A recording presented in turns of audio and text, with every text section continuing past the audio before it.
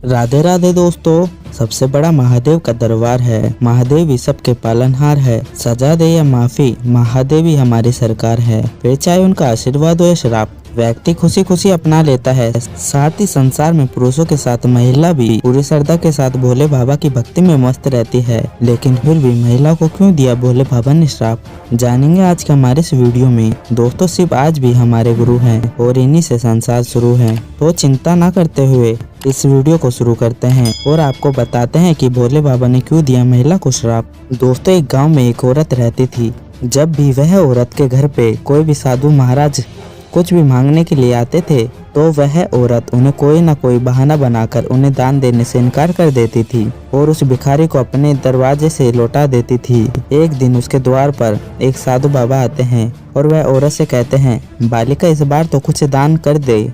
दोस्तों वह महिला उन्हें कोई भी बहाना बनाकर उन्हें लौटा देती थी और कहती थी, बाबा बाद में आना, मेरे पास देने के लिए कुछ भी नहीं है और जब मैं देने के लायक हो जाऊंगी तो मैं आपको दे दूंगी। औरत के मुंह से यह बात सुनकर साधु बाबा वहां से चले जाते हैं। अगले दिन साधु महाराज उस औरत के घर फिर से आते हैं। वह औरत अपने बच्चे को खाना खिला रही थी।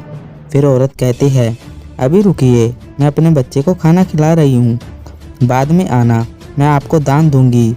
और फिर कुछ देर बाद साधु महाराज फिर उसके घर पर आते हैं। फिर वह औरत अन्य कामों में व्यस्त थी। वह औरत बोलती है, बाबा हमेशा की तरह घर के काम में मैं इतना व्यस्त हूँ कि मुझे कुछ देने के लिए आपको टाइम ही नहीं मिल पाता और इसी वजह से मैं आपको कुछ दान नहीं कर पाती।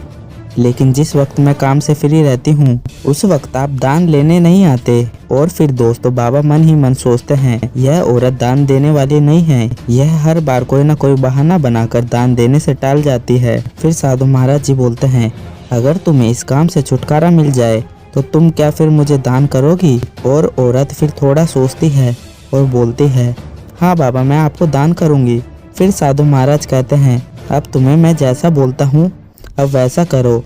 और महाराज जी उसे बताते हैं, सुबह सुबह घर का काम ना करके सूर्योदय के बाद ही घर में झाड़ू लगाएं और झाड़ू को खड़ी जरूर रखें। घर में झूठे बर्तन छोड़कर सो जाएं। ऐसा तुम कुछ दिन करके देखो, तुम्हारा सारा काम खत्म हो जाएगा और तुम आराम से रह सकोगी और फिर मुझे दान करोगी।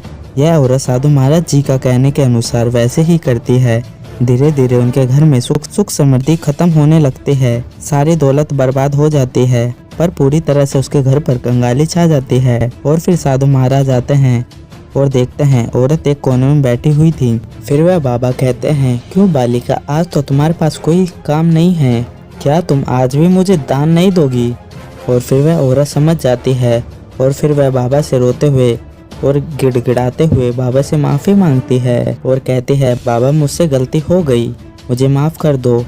और फिर बाबा कहते हैं, यह मेरा श्राप नहीं बल्कि शिव गुरु का श्राप है। अगर माफ़ी मांगनी भी है तो महादेव से मांगे, मुझसे नहीं। अगर महाकाल ने तुझे दान देने के काबिल बनाया है तो तुझे दान देना चाहिए। यदि तू हर रोज ऐसे बहाने मारोगे तो एक दिन तुम्हारा सारा घर और पैसा ऐसे ही बर्बाद हो जाएगा और तुम पूरी तरह से कंगाल हो जाओगी और तुम किसी को दान देने के लायक नहीं बचोगी।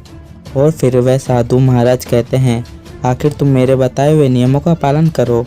फिर बाबा ने जो पहले बताई थी उन सभी को सीधे तरह से बता देते हैं। वह महिला कहने के अनुसार कर लेती है। फिर उसके घर में धन की समृद्धि आ जाती है और साथ ही घर में धन की वर्षा फिर से होने लग जाती है। इसी साधु महाराज को अपने घर से खाली हाथ नहीं लौटाना चाहिए। महादेव ने हमें दान देने के लिए इस काबिल किया है। अगर कोई हमारे घर पर दान मांगने आ रहा है तो इसलिए हमें दान जरूर देना चाहिए। तो दोस्तों आज की वीडियो में बस फिलहाल इतना ही। अगर आप लोग भी महाराजा अनिरुद्धाचार्य जी को अपना गुरु मानते हैं तो वीडियो को लाइक करें और हमारे चैनल को सब्सक्राइब करना ना भूलें।